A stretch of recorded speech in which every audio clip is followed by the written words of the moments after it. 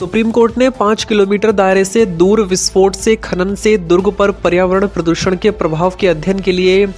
IIT Dhanbad के Indian school of mines को 2 सप्ताह में विशेषज्ञ समिति के गठन के भी निर्देश दिए हैं।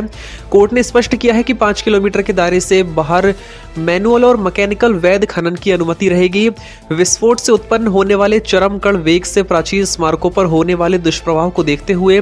दुर्ग की दीवार से 5 किलोमीटर के दायरे में विस्फोट करके खनन नहीं किया जाएगा। हाईकोर्ट ने जिले के 10 किलोमीटर के दायरे में विस्फोट से खनन पर रोक लगाते हुए कॉरपोरेशन सहित अन्य खनन पट्टा धारकों पर 5 करोड़ रुपए का जुर्माना लगाया था। बिरला कॉरपोरेशन ने राजस्थान हाई कोर्ट के फैसले को शीर्ष अदालत में चुनौती दी थी, जिसके बाद हाई कोर्ट ने परिधि को घटाकर 5 किलोमीटर के दायरे में अवैध खनन पर रोक के आदेश जारी किए थे। दुर्ग की तलहटी से 1 किलोमीटर दायरे में अवैध खनन हो रहा है। मनपुरा में ट्रैक्टर कंप्रेशर के जरिए अवैध रूप से खनन कर पत्थर निकाले जा रहे हैं। अवैध खननकर्ता यहां इतनी खुदाई करवा चुके हैं कि बहुत बड़ा क्षेत्र छलनी हो चुका है, जबकि खनन विभाग की ओर से यहां चेतावनी का बोर्ड भी लगाया हुआ है, जिस पर साफ लिखा हुआ है कि दुर्ग की बाहरी सीमा से 1 किलोमीटर परिधि में खनन कार्य प्रतिबंधित है। यहां ब्लास्टिंग से खनन पर पूर्ण प्रतिबंध है। इसके बावजूद जिम्मेदारों की लापरवाही से मानपुरा में अवैध खनन होता रहा है। हालांकि खनिज विभाग हाईकोर्ट के आदेशानुसार अब निगरानी रख रहा है, जिसके चलते ब्लास्टिंग होने पर खनन पट्टाधारी का लाइसेंस निरस्त किया जाएगा। ये सही है कि माननीय उच्चतम न्यायालय के पूर्व में आदेश जारी हुए थे,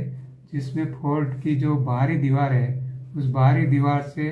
1 किलोमीटर तक में खनन पर पूर्ण प्रतिबंधित था। 1 किलोमीटर से फिर 2 किलोमीटर में केवल मानवीय श्रम से खनन कार्य किया जा सकता था, और जिसमें मानपुरा बाउंड्री के क्वारी लाइसेंस है छोटे छोटे, वो मानवीय श्रम से खनन कार्य कर रहे हैं। इसके बाद में 2 से 10 किलोमीटर की जो परिधि में जो खनन पट्टे आते थे वो केवल हेवी अर्थ मूविंग मशीनरी से खनन करके बिना ब्लास्टिंग खनन अनुमत था। इस आदेश के विरुद्ध एक एसएलपी दायर की गई बिरला सीमेंट कॉरपोरेशन द्वारा, जिसमें अभी माननीय न्यायालय ने हाल ही में उच्चतम न्यायालय ने आदेश दिया है कि जो 5 किलोमीटर तक की परिधि में जो खनन कार्य होगा वो मैनुअल होगा, बिना ब्लास्टिंग के होगा, और 5 किलोमीटर के बाहर जो भी 10 किलोमीटर तक का जो खनन कार्य है उसमें एक विशेषज्ञ समिति गठित करने के लिए आईआईटी धनबाद को पाबंद किया कि 2 सप्ताह के अंदर वो एक विशेषज्ञ समिति गठित करेंगे, और वो उसके जो 5 किलोमीटर से 10 किलोमीटर की रेंज में जो भी खनन पट्टे आते हैं और जो खनन कार्य ब्लास्टिंग के द्वारा करना चाहते हैं वो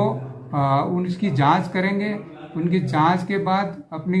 रिपोर्ट सुप्रीम कोर्ट में पेश करेंगे, और सुप्रीम कोर्ट यदि उनको अलाउ करती है तो फिर वो